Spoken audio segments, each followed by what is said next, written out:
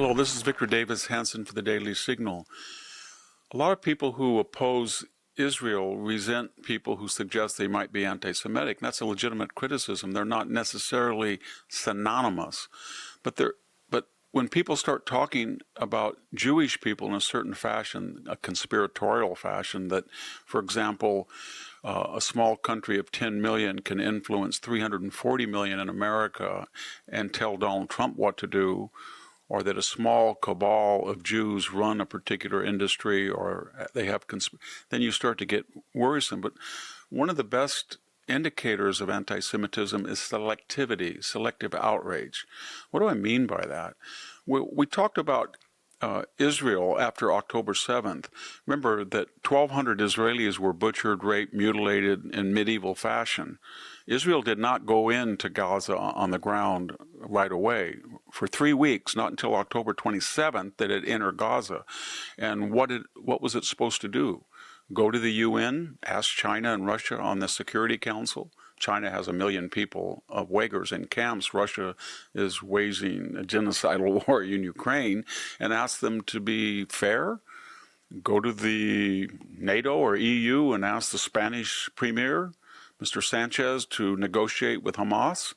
What were they supposed to do? Are they supposed to what were they supposed to reply to when Hamas would not give up the perpetrators, would not give up the 251 hostages, descended into a labyrinth of tunnels, and the entries and exits were beneath churches, mosques, and schools?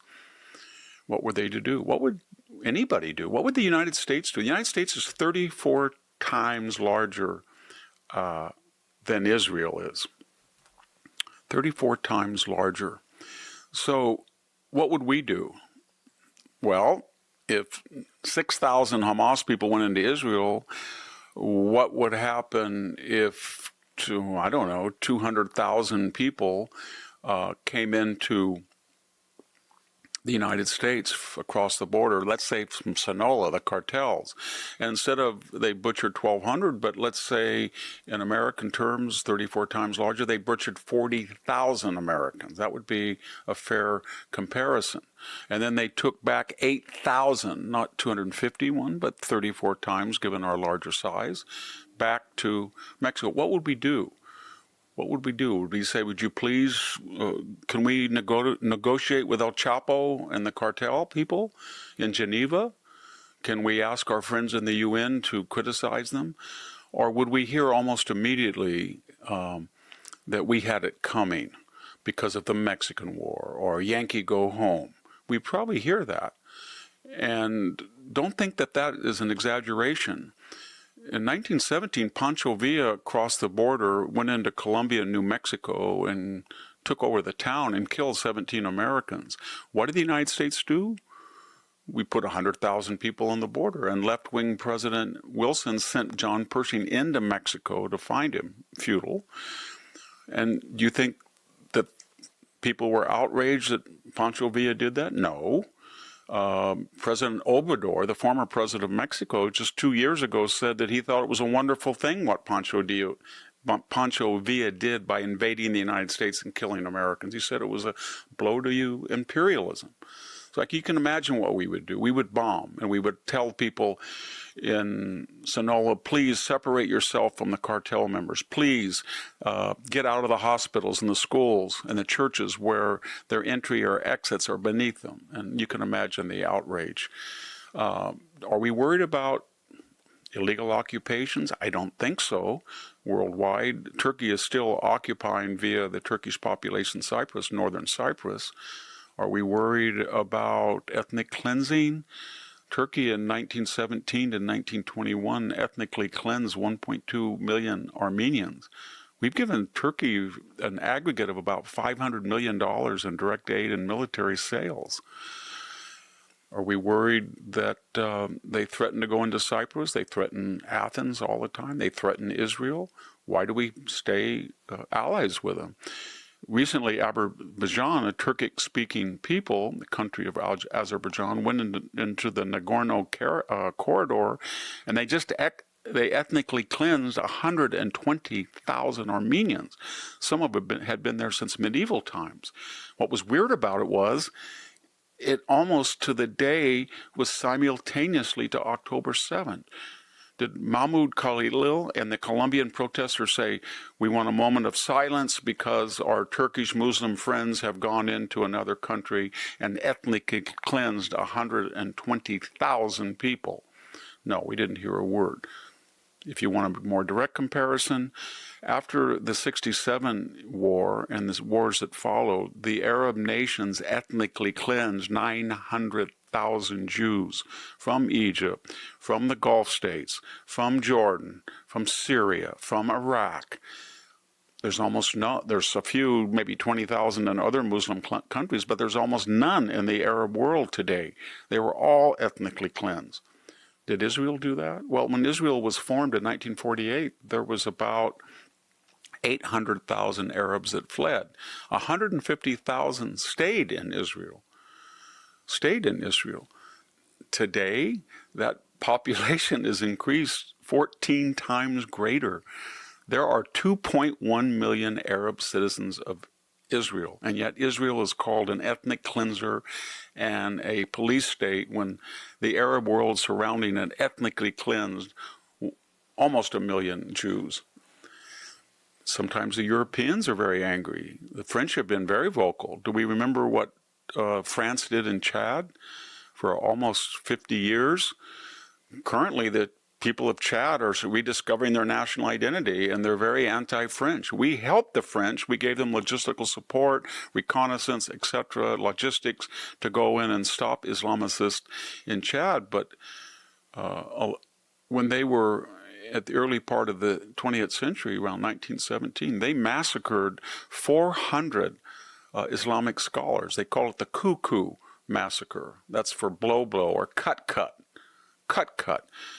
And they didn't just massacre them. The French beheaded 400 Islamic scholars. Does anybody talk about that today? No, almost none. Nobody talks about it. So what I'm getting at is selectivity. Now, Miss Ilhan Omar, our representative, has been very critical. She's called Israel an illegitimate entity. She has a map where it doesn't even appear in her office. She said it's the Benjamin's baby about Netanyahu and his supposed moneyed interest that influenced the United States. Her family, her father was a colonel in Siad Barre's Marxist dictatorship in Somalia. He waged a genocidal campaign against an entire tribe of Somalis. He may have killed 150 to 200,000 people, ethnically cleansed them. And most of the Somalis who fled as supporters of Barre's Marxist dictatorship and who had an alliance with the United States. So they fled to the West. So we don't know the exact numbers, but there's a sizable percentage of the Somali community in the United States that were elites, as was Ilhan Omar's family, and directly involved with that illegitimate dictatorial Marxist government that waged ethnic cleansing. Let people who are without sin throw the first stone. Zoran Mondami is very critical of Israel. Can't seem to have an appointee that doesn't have an anti-Semitic past. He talks about interlopers, and his supporters say that Israel is a settler colonial power. There's a 3,500-year continuum of Jews in the Holy Land of Israel. It's not true of Indians in Uganda. Mondami's family came as, I guess he would use the term settler colonialist, into Uganda. They make up 1% of the Ugandan population. That would be, I guess he would call that the 1%ers or the wealthy foreigners. 1% of Uganda's present population, and they control or they're responsible for about 65% of their wealth. The wealthiest person in Uganda is a billionaire of Indian descent. And I guess Mr. Mondami or his father and mother didn't want to stay there anymore, so they came to America, and they're very critical of Israel as somehow illegitimate in the Middle East. It has a lot more historical claim to Israel than Indian immigrants do to basically running the economic structure of Uganda, there's no criticism of that. But my point is the hypocrisy is shocking. So when you want to know what an anti-Semite is, an anti-Semite is someone who fixates on Israel when there's a whole continuum, a whole spectrum of ethnic cleansing, massacring, killing. And I'll leave you with this final example. Why our campuses erupted over the Israeli incursion into Gaza, and no one said to the Israelis, we have a better plan for you to get back the hostages and punish the Hamas people. Nobody gave them. What were they supposed to do? Go and say to the Hamas people, would you please come and give yourself up and we won't go into Gaza? No, the people in Gaza cheered them on, even though there was a labyrinth of tunnels underneath their schools, mosques, and hospitals. So it was inevitable that civilians by intent were going to die, and a Hamas person admitted that, one of their leaders. But why this was all going on in our campus, our professors, our Middle Eastern studies programs were very, very angry. There were 40,000 mostly Muslim Iranians that were butchered by the current Iranian government. We weren't in there at all. We hadn't gone in there. We hadn't started bombing. Last summer was ancient history. We just hit a nuclear facility. But these people were butchered by their own country. And guess what? There was not a peep, not a word, not anything from the American left who's so critical of Israel. Not a word. And finally, it wasn't just that there wasn't a word about Israel. I'll cut that. And finally, it wasn't that there wasn't just a word of outrage about the 40,000 Iranians that were slaughtered. There was criticism of the United States for trying to hurt, disarm, isolate, bankrupt the government that killed the 40,000. But not a word from our American left. All they had contempt for was one tiny country of 10.5 million. So if you want to know what an anti-Semitite is, it's selective outrage and hypocrisy. Thank you very much, Victor Davis Hanson, for the Daily Signal. Thank you for tuning in to the Daily Signal. Please like, share, and subscribe to be notified for more content like this. You can also check out my own website at victorhanson.com and subscribe for exclusive features in addition.